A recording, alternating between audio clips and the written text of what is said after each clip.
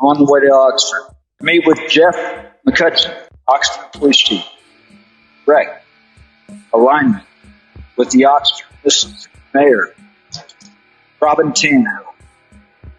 I am just beyond amazement that not only was her first 4 years allowed, which is very early, but she's going for a second term, basically unchallenged.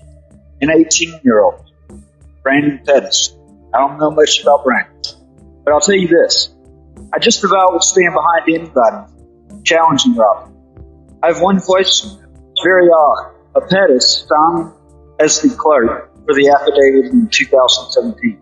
Carolyn Pettis fell, was the judge, said $150,000 bond. And now Brandon Pettis is challenging. Hey, Jeff. How you doing, man? Doing all right? Doing good.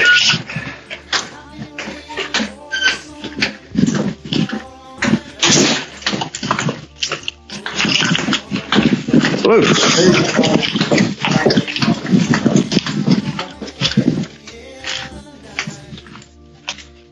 So this is the boss's office, huh? Yeah. Here, I got it. Oh, here. I may have to reload it. Okay. How do they get your MacBooks, huh? No, this is my personal one. I'm going to show you what I would like to do. Okay. This is 24 minutes. You watch it as long as you want to. Yeah. But this first image is the car. Okay. So I want to show you Sure. to the spot. Yeah. So you can see the driver. But then once they start giving him commands to get out, I want to switch it to the body camera. Okay. First 30 seconds is no sound. That's just the way. I'm sure he probably didn't tell my wife certain things and Can you see all that glare with me? It'll give you the sound I'll kick on here in just a minute. When it hits 30. sure. It's decent quality.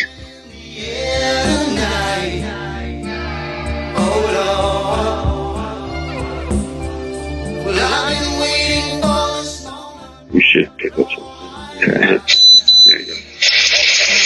He was flying, wasn't he? 72 to 65.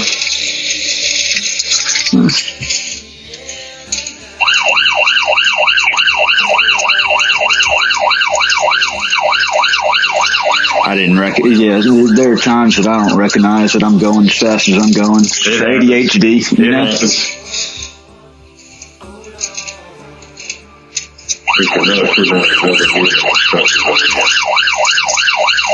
Yeah, my biggest complaint right now with the state is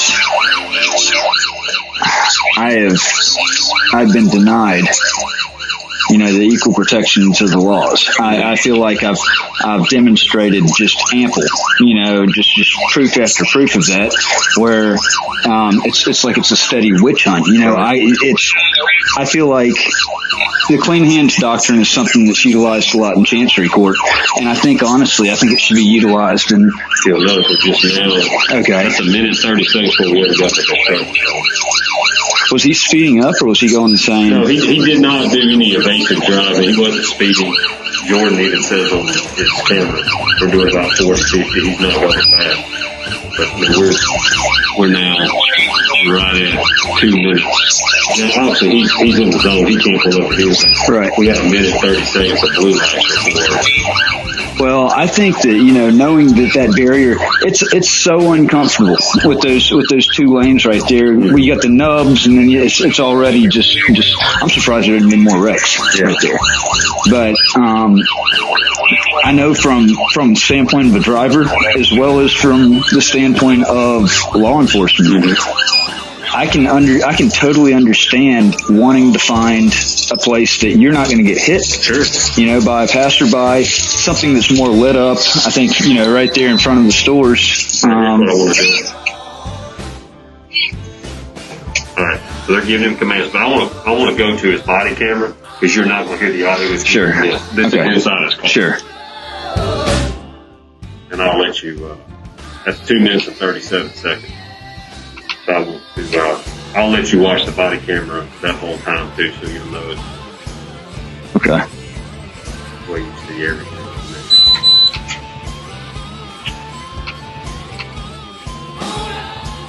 the camera. It'll kick on in 30 seconds. I want you to see everything that was on there. I want to fast forward. No, I understand. And then you'll eventually see where it picks up, where they give him commands to get out. But Jordan's body camera is actually better audio and visual quality. Okay.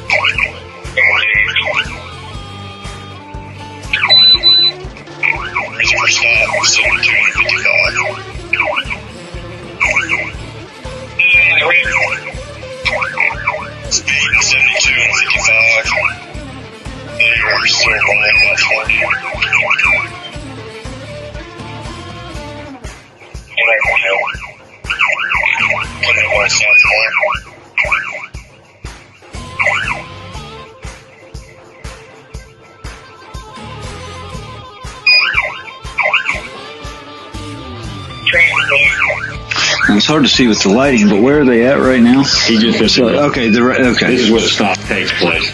But he just said they were passing south, or they're coming up on south. So is that trying to? They're going 7 towards 401. Okay. So are they're in the construction zone right now, right? They're probably right now. Okay.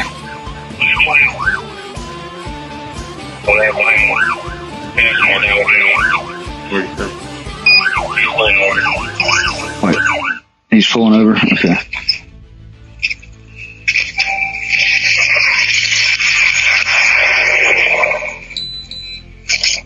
Driver! Turn the vehicle off! Turn the vehicle off! Put your hands out the window! Jeff, that's not called for. You know that. That's protocol. That's not what if that was an old lady? How do you know? Right. That's a guy with a weapon. But what if he was speeding up? If he was driving reckless, if he was driving in a reckless way, I understand. But going, 45 miles an hour through a construction area, come on. No, he drove. He drove a minute and 30 seconds before he ever got into the construction. Right, but the civilian population outside of law enforcement and military, everything's not down to a 1 second, But you keep watching. Reaction. They don't do anything unprofessional. They don't do anything outside of policy. I think that right there, getting out of the car at gunpoint, and I can't see any movement in the car, but that right there was far too excessive. It's not. How many traffic stops have you made? I haven't made any, and I understand that this is y'all's ordeal. I'm just looking from the standpoint of, if I was a juror, I would say a minute and a half in no way would constitute, because what if it was somebody that, and the new law as far as the little tag that goes on the license tag in the back window of the car. Joe East put it on the Lafayette County website. Something about a decal, if you have a impairment on, communicating. Sure. Which I think is that's a new one. I've never heard of that. An impairment from communicating with with law enforcement. Well, it could be like autism or other issues where lights, flashes can freak you out. If you don't communicate well with that, then, an officer wouldn't know that. They might think you're not being compliant. Right. That tag lets them know there's a communicative issue there.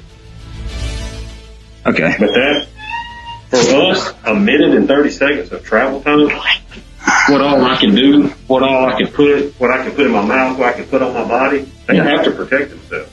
They do, but if he's not, normally, I could understand that if they had to deploy strips, or if he was, trying to speed away and they had to bring in additional units just to make the stop. They did. There's a second officer there. Right, but I don't think in a minute and a half it was needed. He wasn't trying to drive away. Almost 20 years of police work, a minute and a half to stop is not normal. Yeah. That's not normal.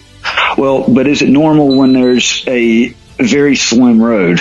I think it's overly slim. I'll go back and show you. He passes, I know, 2 exits where he could have turned off. Right, but I know that when blue lights are flashing behind me, it's very easy, to basically to kind of freeze up in the moment, to miss a turn, it's to me, it's an over processing thing that just on campus, when I was pulled over this last time by a sheriff's deputy, I don't know how, I mean, I missed 2 different turning spots. It was icy outside, but I mean, just the blue lights flashing in the mirror, just kind of disoriented me a little bit. You can, but a minute and a half, just pull over. Yeah, you know what I mean. For me, just pull over.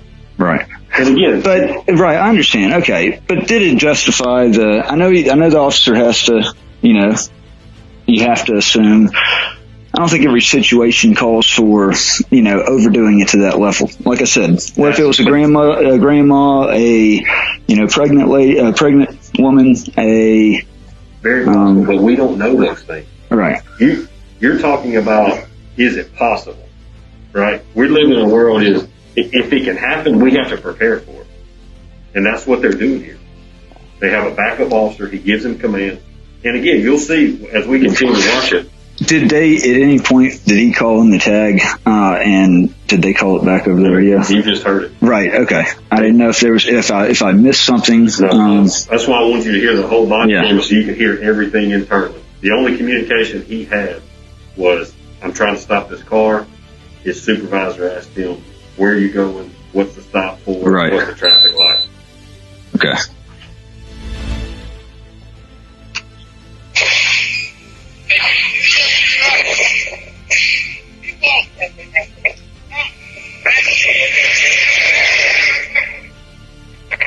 Go forward. Give the command to walk backwards. Got it down. I'm gonna check on that kid. Hey. Hold on. Okay, it's okay. Come back. Get in the vehicle. Come here. Why? Because I don't want you to get run over. Get back. It's cold. I'm right here with you. I'm gonna stay with you. Come here. Who's gonna drive us to Mama? We'll talk to your dad, okay? Come here. Is this your dad? Is he gonna... No, that's Uncle Christian. That's Uncle Christian? Yeah. Is he gonna get back in the car? We'll see.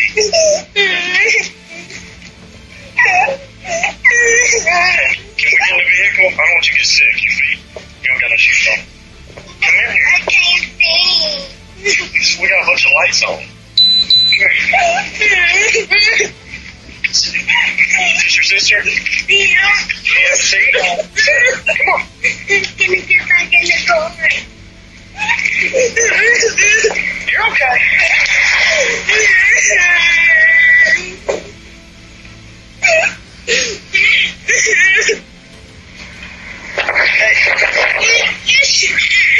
That's your uncle? Yeah. Are you okay? I just want my mama. You want your mama? Yeah, but she's at work. She's at work. Is your uncle supposed to be keeping you? No, he doesn't be the mammals. He's supposed to take you to my mom's? Where's my mom live? Right down the road. All you have to do is go to the gas station, and you turn right there, and you go down the street, and it's right there. What's my mom's name?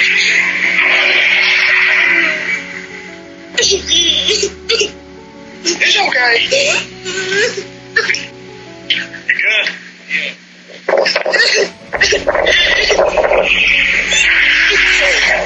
Hey, is this your sister? Yeah? Hey, what's her name? M. Claire? Anna Claire, what's your name? Emmy. Your sister's being a big girl. She's not scared. Are you cold? It's windy. You got a coat? You got a jacket? That's not your jacket over there? Put your jacket on.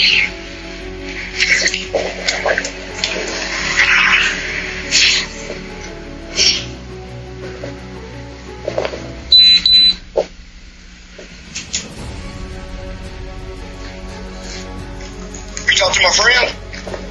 Okay. What's up? She got out of the car scared. How are you? Out here. Hello.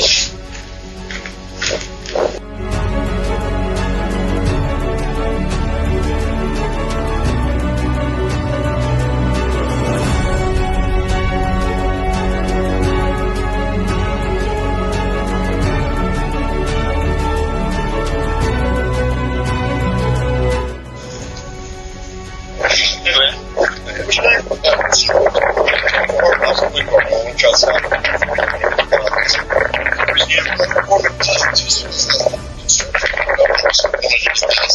I had blue lights long before that construction.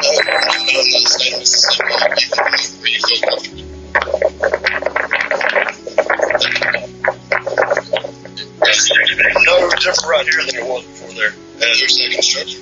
Make sure you can be too close. All of this because you can stop, okay? I understand. No, it was a good way to keep it safe. I mean, I'm ex-military and stuff, man. I didn't want to break out. Usually, we hit our blue lights where we want you to pull up red, okay? I understand that. You guys license?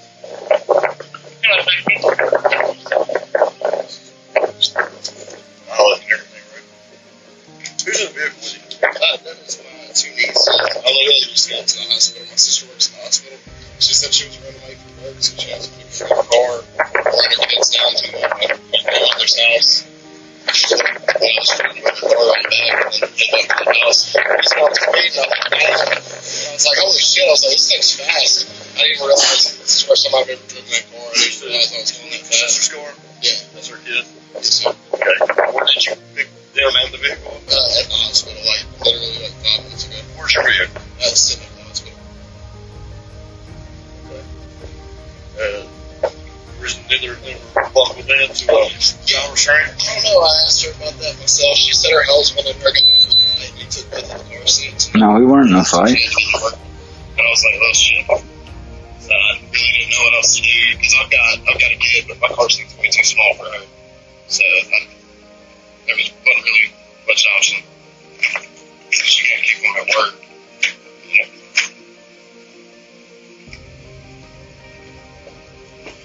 Better done it if you don't know everything up in here. So what are they doing? Two small kids. One got out after getting handcuffed. This is what we need so we can get out here. He said he wanted to get past the construction zone for my safety. And in Mississippi, it's a law that you can stop working. So, yeah, I haven't heard about that one. There's two young kids in the vehicle, though. It's his nieces. He said he drove them to their grandmother's. He said picked them, and that's his sister's car up at the hospital, is what he said. Just run around with balls. Yeah, definitely. Yeah.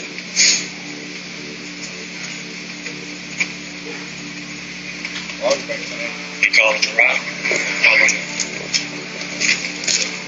I was going to ask y'all what y'all want to do with it.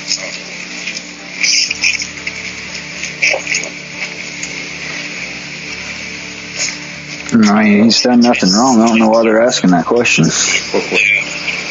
What do y'all want to do with him? Speeding. Traffic. Yeah, they just speeding here. You a job restraint. Jeff. That's a fact. This isn't a police state, though. Come on now. Yeah, I think you come by valid. Yeah, I guess it's like that. I just didn't know if y'all wanted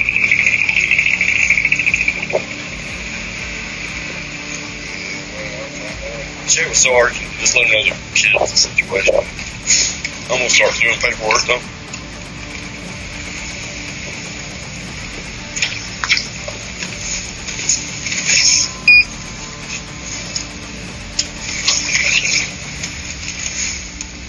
I mean, Jeff, I'm gonna have his back on this, and him and I are not even.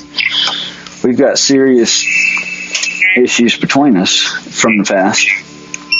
Like as far as me and her brother, we haven't even spoken. We haven't talked probably in 6 months. Right. And I mean, just trying to observe it from because it doesn't affect me really either way. Your doors was valid. And if he didn't call the tag across, first worry that hit my mind is not going to lie. A felony stop, if that wasn't just a new vehicle, if he didn't call it across, he wouldn't just know that it's not like the Kia that just stands out where everybody knows that's me. So that's a newer vehicle. So I wanted to, first of all, make sure that. Now, I would like to see the video of the guy that stayed with the kids. Okay. And I'd like to see what all he was speaking with the kids about. Okay. Just. You want to finish watching? I mean, is there? It's not even his car. I think they're making a mountain out of a molehill with this. What did he say? What part do you not agree with? I just don't know what part you do agree with, Jeff. That's where I stand. I understand, but a minute and a half, and it was he hit the blue lights. Now, I guess the only thing in question is where the blue lights were hit, and I mean, nighttime. My night vision is decreased, anyways. There are so many different reasons why.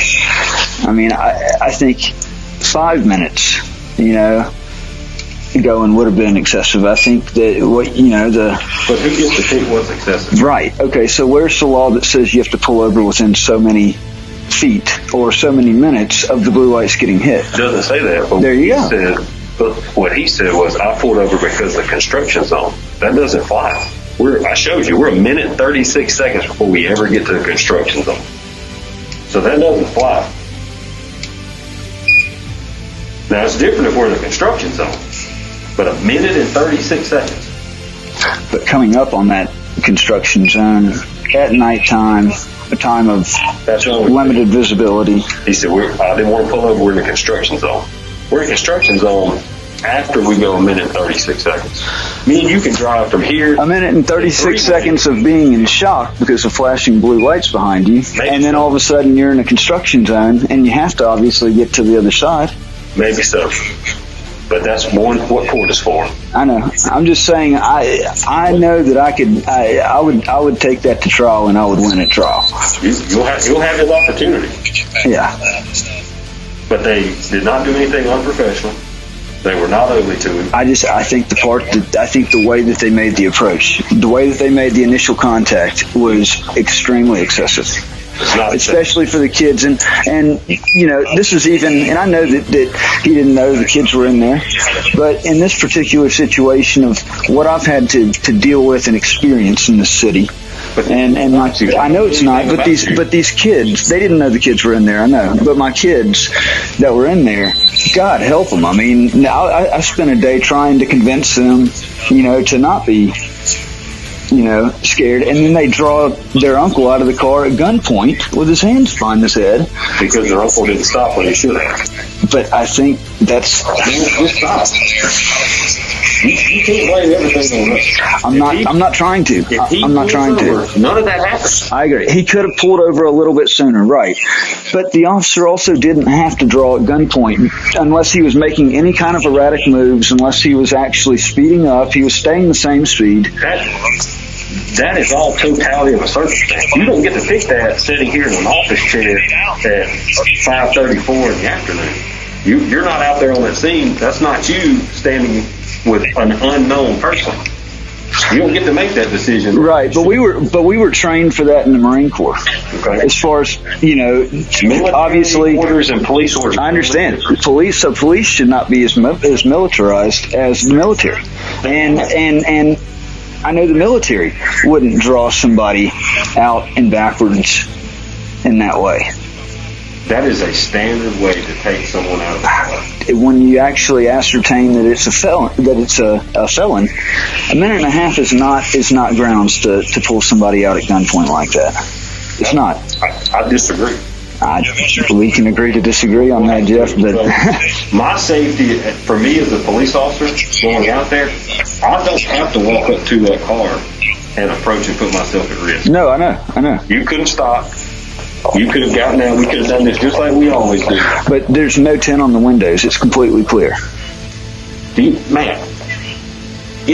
all you got to do to kill somebody. I know. It's that quick. So what they did was tactically sound and safe for not only us, but also him. They didn't scream at him. They didn't cuss at him. They didn't get rough with him. That was professional. It didn't escalate any more past that, fortunately. I just think that... If you want to stay with them, I'll watch it. It fell within a Terry stop, but the probable cause for the dog and wanting to search the vehicle, I mean, I still haven't heard any, really any probable cause to even warrant asking to search the vehicle. Matt, because what are you doing for 2 minutes before you have to pull over? You can hide evidence, you can hide drugs, you can hide weapons. We have no clue. You got 2 unrestrained children in there. We don't know what's going on. You have to assume anything is on the table at this point until you prove it's not. Been there, done that. On a daily basis. Yeah. He said, "You mind if I search the car?" He said, "No, you cannot." The K9 officer's already on scene. While Jordan was writing tickets, he runs the dog. We don't touch that car. We don't search it. You're right. And I know it could be easy for that dog to hit. Like as far as like I've seen things, and it may not be true, but I've seen like shows or YouTube channels and all where people have certain commands will make the dog basically like so. If they were trying to, they could have easily They didn't do that.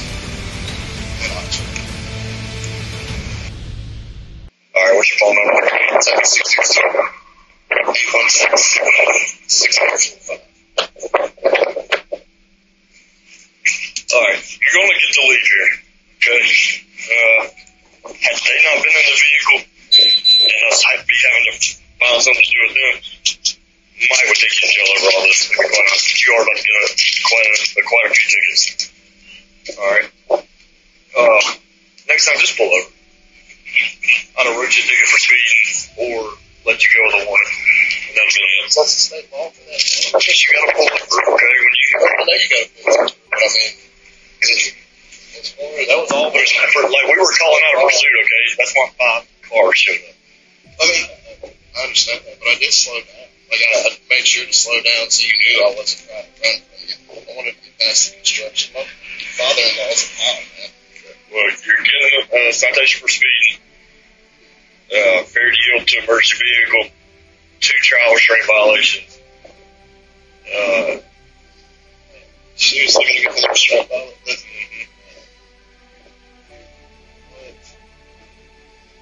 And insurance. You're driving.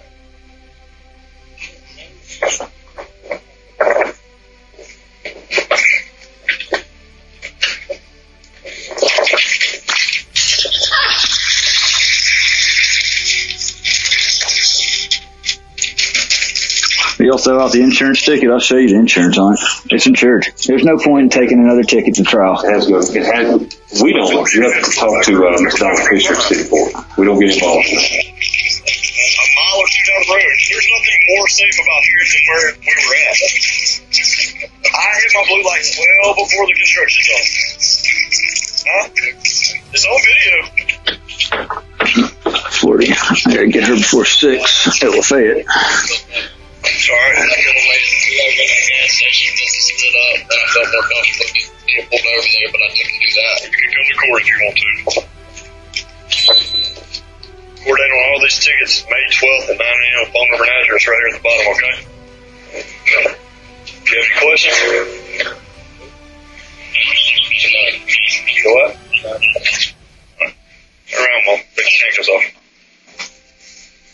Yeah, can you take that officer that was there with the kids?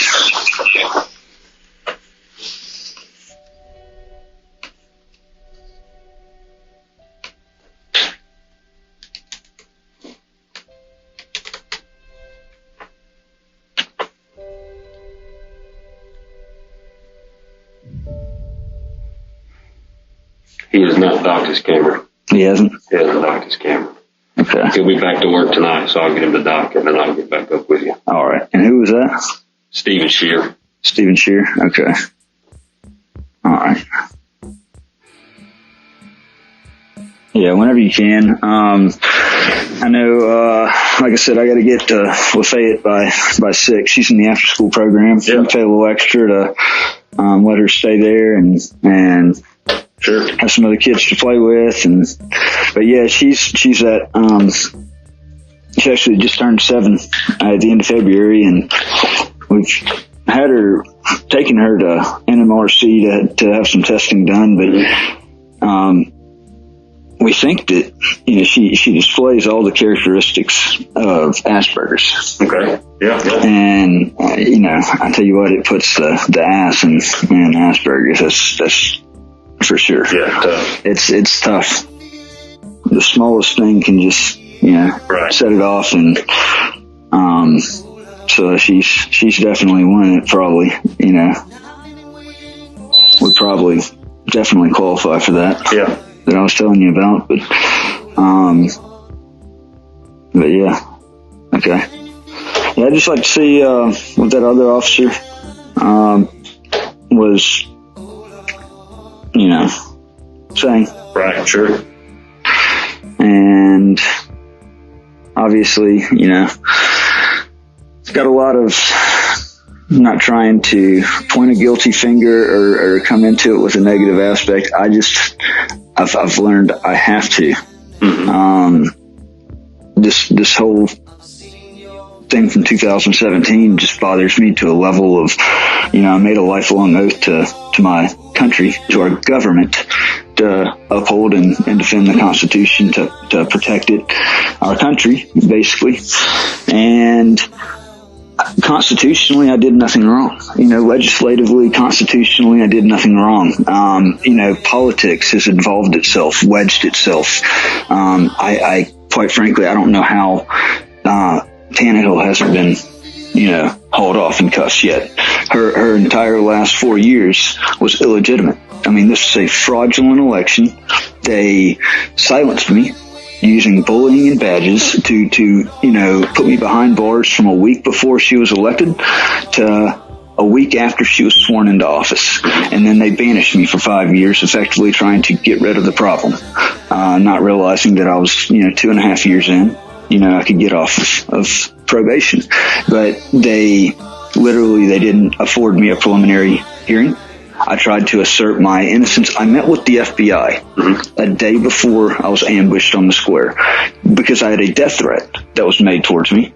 I confided in Assistant U.S. Attorney Bob Norman, told him that I had a death threat, told him that I was scheduled to speak at City Hall on June 6th, the day of the election, and it's in the local voice. I actually have the article. I'm scheduled right after Joe East to address. And they literally effectively stopped that by taking out an emergency injunction on me, which was for constitutionally protected activity. It's actually named in the affidavit. And he had me sit down with the FBI. I discussed all this with the FBI and how I had purchased an AR-15 on May 20th to protect myself and my family, military style, against any kind of threats that were coming my way, because I had a death threat that was made that my ex sent me proof of. Right. Well, I mean, for me to be guilty of the state's crime of honor before May 8th, I put Todd and Ashley Lynch in fear of their life with the AR-15. It would have obviously make it to where I'm lying to the FBI. So why have I not been charged by the feds? You know, one way or the other, I want to compel a trial. One way or the other, there needs to be a trial on this, because the state of Mississippi, in trying to cover its own back, its own liability from the huge just vomit that it you know, splashed everywhere, they continue to leave a weight trail 3 times wider in its path, trying to cover up one thing after the other. And I've termed it trickle down corruption. You know, it starts with one person, somebody that's got a lot of power, like Ray Tannehill, for example, his wife running for mayor, and it quickly just thunderbolts itself into other people helping them. Before you know it, you have good people that are hired to do a job and have been doing a job, you know, the right way, constitutionally the right way, and it puts them in a bad position of, I either do what's right, what I took an oath to do, or I don't. And if I don't, I open myself up to liability. But if I do, I could be fired, or I could be, you know, put in a worse position. And it before you know it, and that's what I've demonstrated with writing with the Outlaw. This thing has turned into an avalanche. The FBI has destroyed records. I'm going to be suing the FBI. The Department of Justice, really, because the U.S. Attorney's Office and the FBI is involved in this. I trust the U.S. Attorney's Office. In turn, the FBI destroyed records. I wanted that to prove what I was saying was, in fact, the truth. They were like a lifeguard watching a child drown. Tasked with watching over a pool and just letting a child drown. It's culpable negligence. You know, you knew that I was innocent the entire time, allowed me to sit in jail for 6 weeks, knowing that I had a child to support that was sucked into the middle of a court battle right there because she was taken away from me. This thing involves 4 parties. I've tried to bring this stuff to the authorities, to the proper authorities. The FBI doesn't care. They told me 4 different times they're going to call me back, and they won't. I called the U.S. Attorney's Office for 6 weeks straight. They don't care. They never return the phone call because they're complicit. And who do you go to for help? That's why, you know, I'm basically on my own. I have no attorney, and I'm having to play, you know, officer, attorney, and basically, you know, I'm in a Supreme Court appeal right now on that. It's not fair. I obviously have a lot of trust issues. And it's appalling to me that the news media is the biggest enemy of the people, because, you know, they are intentionally keeping this quiet when they were the first to smear my name with the accusation, smear my name whenever I pled out, but failing to report that I was kept in jail for 6 weeks despite me trying to assert my innocence.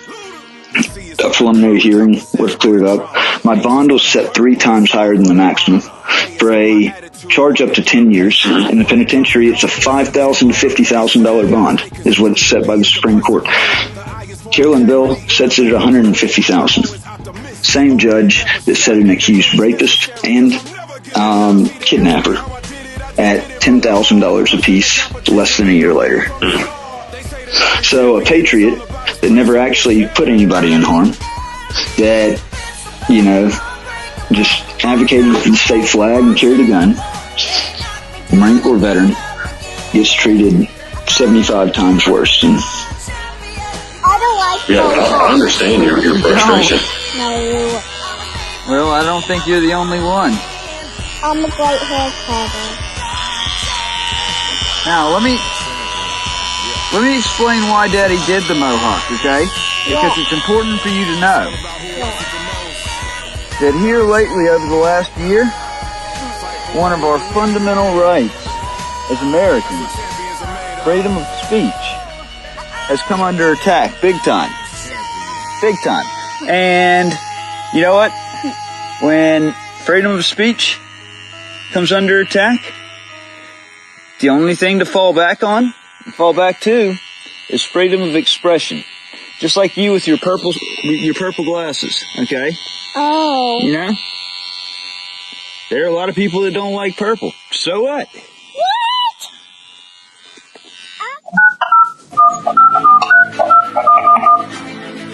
Calling WREG.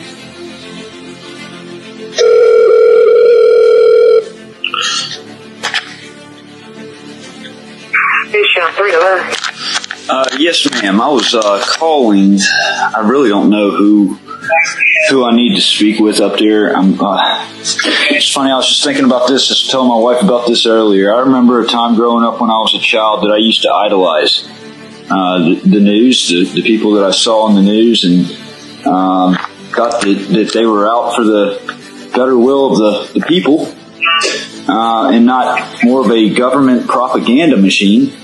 But I mean, over the last 3 years, I've sat back dumbfounded at, the tactics that have been deployed. I don't know how you people sleep at night. This is Matt Reardon. Speak to a manager. Hold on a second. Okay. Thank you for calling WREG TV and WREG.com. You have reached the voicemail for Sarah Van Arnhem, the assistant instructor. I'm sorry I'm not able to answer your call. Please leave your phone number or email address and I'll return your call promptly. You can also press 0 to reach the operator.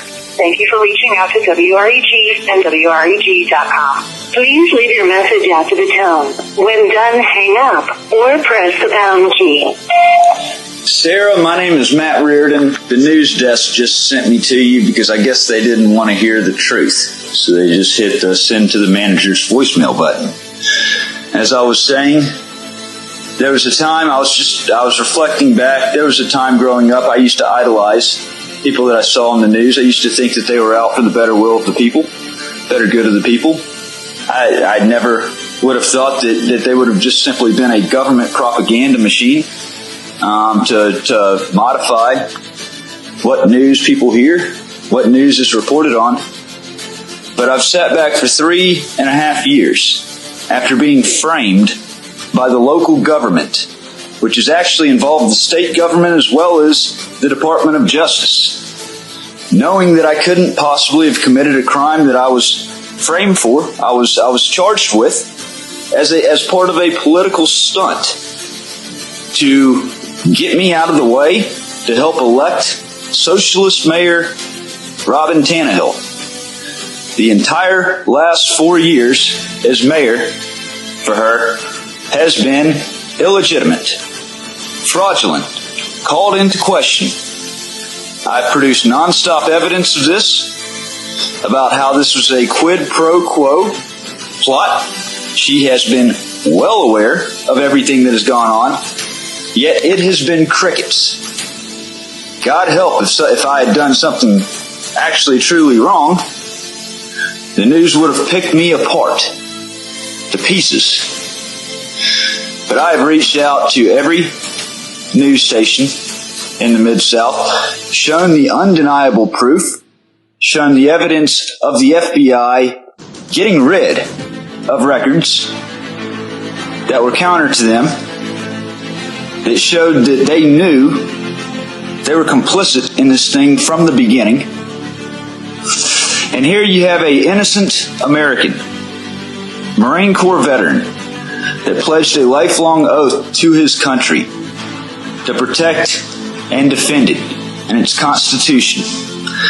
Never once did I put anybody in fear of their life. Never once did I commit a crime. But because I was counter to their agenda back in 2017, I was framed for a crime I couldn't possibly have committed. Given a bond 3 times higher than what the allowed maximum was. Denied an opportunity to get out, to prepare my case, to show my innocence, even though I asserted it the entire time. And meanwhile, the media is playing a complicit hand in everything. There couldn't be any more evidence to the fact of everything that I've laid claim to. All I've tried to do was get an evidentiary hearing to clear my name, but yet Robin Tannehill can sit there in office as mayor, refusing to acknowledge anything, refusing to even answer any questions, with the most serious of accusations made. She can stay quiet and then run for a second term as mayor, and the corrupt news media is just basically propelling her. They're not holding these elected officials accountable the way that they should and conducting interviews. All I've asked was to be interviewed. I want the truth to come to light. If they can do this, if the government can do this to somebody that made a lifelong oath, that pledged a lifelong oath to their country to protect and defend it, they can do it to anybody. This is a matter of principle.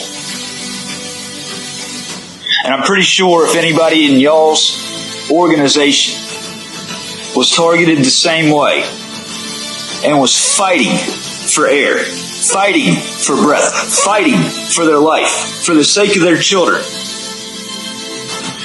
I'm pretty sure y'all wouldn't be keeping this just muffled silent. It's absolutely disgusting. I don't know how individuals in the corrupt news media sleep at night. Thank you. Goodbye.